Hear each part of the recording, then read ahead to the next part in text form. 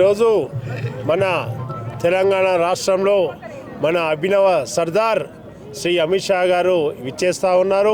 ఇంత భారీ బహిరంగ సభ ఇంకా కొద్ది గంటల్లో ప్రారంభం అవుతుంది. దీనికి యావత్ తెలంగాణ నుంచి కూడా పెద్ద ఎత్తున ఇక్కడ సమీకరణ జరుగుతుంది.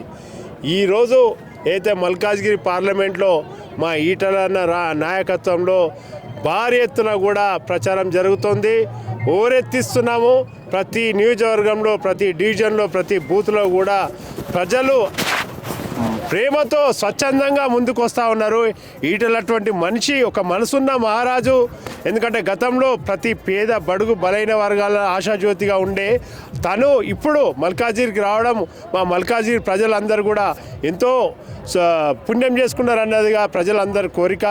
ఈ ఆయనను వచ్చే రాబోయే ఈ ఎంపీ ఎలక్షన్లో 4 లక్షల పైచిలకు మెజార్టీతో గెలిపించే దిశగా ప్రజల్లోనే కంకణం కట్టుకున్నారు. నాయకులు కంకణభద్రాయి 2 నెలలుగా ప్రతి బూత్లో కూడా పనిచేస్తూ ఉన్నారు. ఈరోజు మా ఉప్పల్ అసెంబ్లీ, మా మీర్పేట హెచ్బీ కాలనీ డివిజన్ నుంచి దాదాపు 20 బస్సుల్లో 1000 మందిని మేము ఇక్కడ తరలించాము.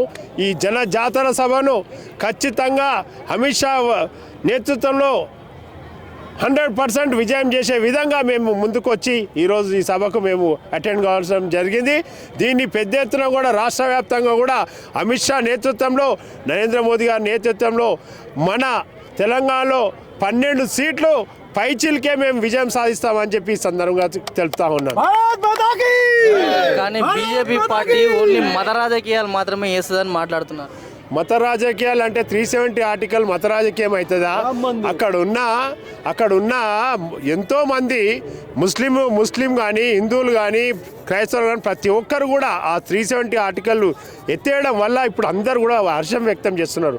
ఆ రోజు రాళ్ళు రువిన జనాలే ఇప్పుడు పూల వర్షం కురిపిస్తున్నారు మన మోదీ గారికి. అది మత రాజకీయం అని ఏ విధంగా అంటారు? రామజన్మభూమి ఎన్నో 500 సంవత్సరాల నుంచి కూడా అప్పుడు దుర్మార్గులు మన గుడిని ధ్వంసం చేసిన చరిత్ర అది. కానీ దాన్ని ఇప్పుడు కనీసం రక్తం బొట్టు కూడా పారకుండా మనం ఆ నిర్మాణం చేపట్టిన నరేంద్రుడు మత రాజకీయం ఏ విధంగా అవుతుందో వాళ్ళు అపోజిషన్ కాంగ్రెస్కే తెలవాలి. వాళ్ళు చేయలేని పని మన నరేంద్ర మోదీ గారు చేసినందుకు హర్షించాలి. వాళ్ళకు ప్రతి ఒక్కరు కూడా కనీసం గుడికి ఆహ్వానం పంపిస్తే దైవ దర్శనం చేసుకోవడానికి కూడా రాజకీయాలు అడ్డుపడ్డ కాంగ్రెస్ పార్టీకి దాన్ని ఏమంటారో వాళ్ళ విజ్ఞతకే వదిలేయాలని చెప్పి సందర్భం. బీజేపీ పార్టీ నుంచి ఈటల రాజేందర్ గారు మల్కాజ్గిరి లోకల్ కాదని మాట్లాడుతున్నారు కదన్న. బీఆర్ఎస్ పార్టీ కావచ్చు, కాంగ్రెస్ పార్టీ కావచ్చు. అంటే గతంలో రేవంత్ రెడ్డి గారు కూడా మల్కాజ్గిరి నుంచి చేశాడు, గెలిచాడు. మళ్ళీ అతను అక్కడ కొడంగల్ నుంచి వచ్చి ఇక్కడ నిలబడ్డప్పుడు వాళ్ళకి ఏ అర్హత ఉంది? షామీర్పేటలో ఆయన సొంత హౌస్ ఉంది. ఆయన ఇక్కడ మనిషే, హుజరాబాదే ఆయన ఊరు. ఆయన లోకల్ ఉండేది షామీర్పేట. ఆయన పెద్ద బంగ్లా, ఆయనకున్న జన సమూహం అంతా కూడా ఇక్కడ ఉంది. ప్రతి చోట కూడా ఆయన ఆస్తులు 1000 మందికి భోజనాలు. ఏ కార్యకర్త ఏ రాత్రి పోయినా ఫస్ట్ భోజనం కడుపు నింపే వ్యక్తి, ఏకైక వ్యక్తి ఎవరైనా ఉన్నారంటే ఈటల గారు మాత్రమే. కాబట్టి కాంగ్రెస్ మీరు ఇక్కడ లోకల్ కాదు అని చెప్పి అసలు అర్హతనే లేదు. రేవంత్ రెడ్డి ఎక్కడ కొడంగల్ నుంచి వచ్చి ఇక్కడ విజయం సాధించాడు. ఆ రోజు ఆ పరిస్థితులు ఆయనకు అనుకూలంగా ఉంది. ఏనాడన్నా ఇక్కడ ఎంపీగా గెలిచిన కొడంగల్ నుంచి గెలిచిన అతను ఏనాడన్నా ప్రజల్లో తిరిగిండా? ఎప్పుడన్నా వచ్చిండా? అది ప్రజలంతా గమనిస్తున్నారు. బీజేపీ పార్టీ తెలంగాణకి ఏం చేసింది? గాడిద గుడ్డు చేసిందని రేవంత్ రెడ్డి గారు గాడిద గుడ్డు చూపిస్తూ ఉండు కదా. గాడిద గుడ్డు చూపిస్తే ఇప్పుడు 6 గ్యారంటీలు అని చెప్పి వాళ్ళు అమలుపరిచిన విధానాలేది. ఆ బస్సు టికెట్, మహిళలకు బస్సు టికెట్ తప్ప మిగతా అన్నీ కూడా మొత్తం ఇట్లా ఒక చేలో ఐస్ గడ్డని చూపించినట్టే చెప్పి వాళ్ళు మార్పిడి చేసేసారు. మొత్తం మాయా మార్పిడి చేసేసారు. అంతేగాని వాళ్ళు ఇచ్చిన పథకాలలో ఏ ఒక్కటి కూడా ప్రజలంతా కూడా చూస్తూ ఉన్నారు.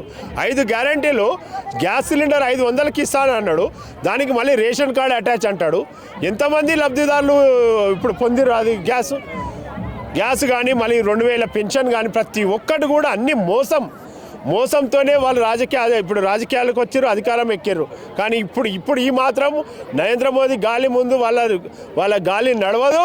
ఎవరైనా తట్టుకొని నిలబడే ప్రసక్తే లేదు తెలంగాణలో. ఎలక్షన్ కూడా అయిపోయాక అన్ని పథకాలు అమలు చేస్తామని చెప్తుంది కదా రేవంత్ రెడ్డి. ఎలక్షన్ అంటే ముందు ఒక మాట, తర్వాత ఒక మాట.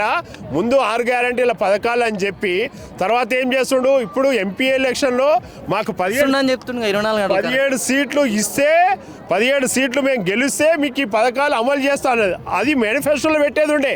ఇప్పుడు లోకల్ ఎలక్షన్ ఏదైతే జనరల్ ఎలక్షన్ జరిగినాయో తర్వాత ఎంపీ ఎలక్షన్ కూడా గెలిపిస్తే ఈ 6 గ్యారంటీలు చేస్తారని ఆ మేనిఫెస్టోలో పొందుపరిస్తే అది కరెక్ట్ ఉంటుండే. కానీ అది గెలిచినప్పుడు ఒకటి, గెలిచిన తర్వాత ఇప్పుడు మళ్ళీ ఎంపీ ఎలక్షన్లో గెలిపిస్తే అంటే ఎట్లా? ఆ పథకాలు మేనిఫెస్టోలో పెట్టేదే కాదు. ఇప్పుడు అది పెట్టేసి ఇప్పుడు అంతా పబ్లిక్ని అంతా మభ్యపెట్టే ప్రయత్నాలు చేస్తున్నాడు. అది గెలిచేది రాదు, వచ్చేది రాదు. హైదరాబాద్ కూడా బీజేపీ కంచుకోట.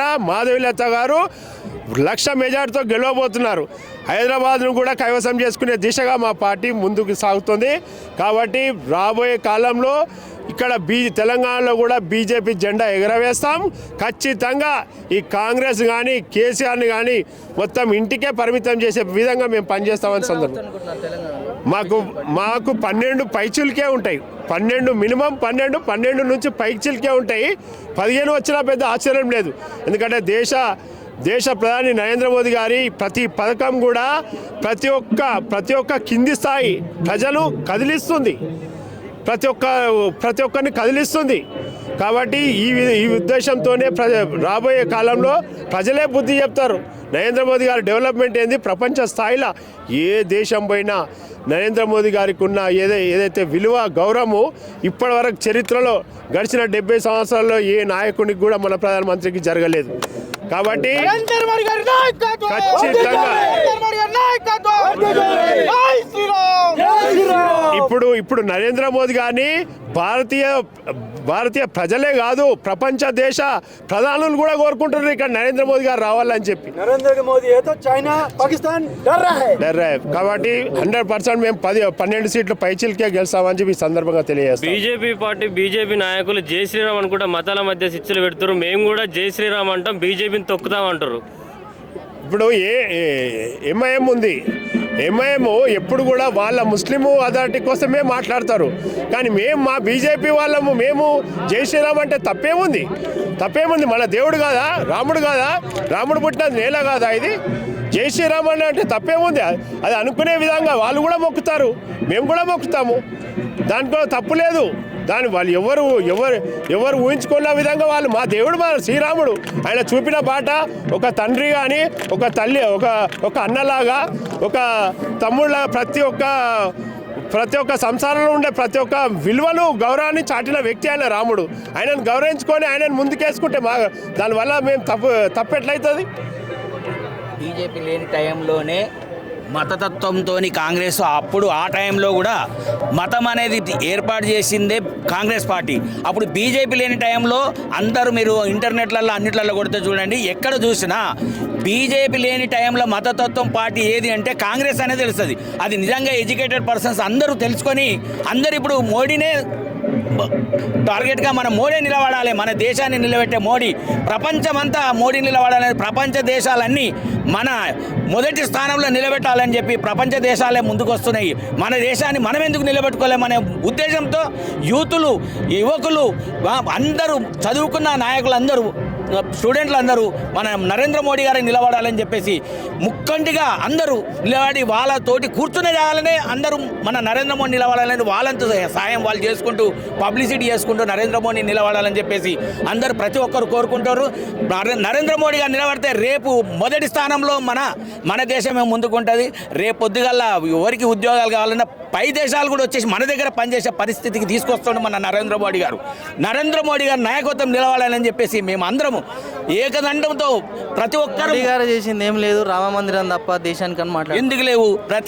మన కంట్రీలలో కానీ ఇప్పుడు ఏడుగుని కాశ్మీర్ అక్కడ పోతే ఒక్కొక్క రోడ్లు ఎలా ఉన్నాయంటే మన ఇండియాలో ఫస్ట్ నెంబర్ 1గా కాశ్మీర్లో కనబడుతున్నాయి. అవి కాశ్మీర్లో పోవడానికి ఎవరైనా పోతే అక్కడ పోయినోడు ఇక్కడ రావడానికి నమ్మకం లేని పరిస్థితి.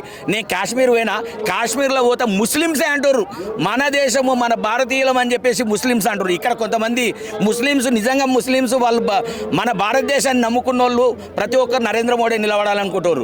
ముస్లింలు కొందరిని ఏంటంటే వాళ్ళని మైండ్ డైవర్ట్ చేయడానికి అని చెప్పేసి ఇటువంటి కాంగ్రెస్ పార్టీ ఈ ప్రాబ్లమ్స్ అని చెప్పి చేస్తుండ్రు. కానీ నరేంద్ర మోడీ కావాలని ముస్లిమ్స్ నాయకులు కూడా ప్రతి ఒక్కరు ఇక్కడ కావాలి, ముస్లిమ్స్ మన కాశ్మీర్లో కూడా మన ముస్లిమ్స్కు మంచిగా ఉందని చెప్పేసి, ఉత్తరప్రదేశ్లో కూడా ముస్లిమ్స్ బీజేపీ కావాలని చెప్పి కోరుకొని ఉత్తరప్రదేశ్లో కూడా మన బీజేపీ నిలబెట్టారు.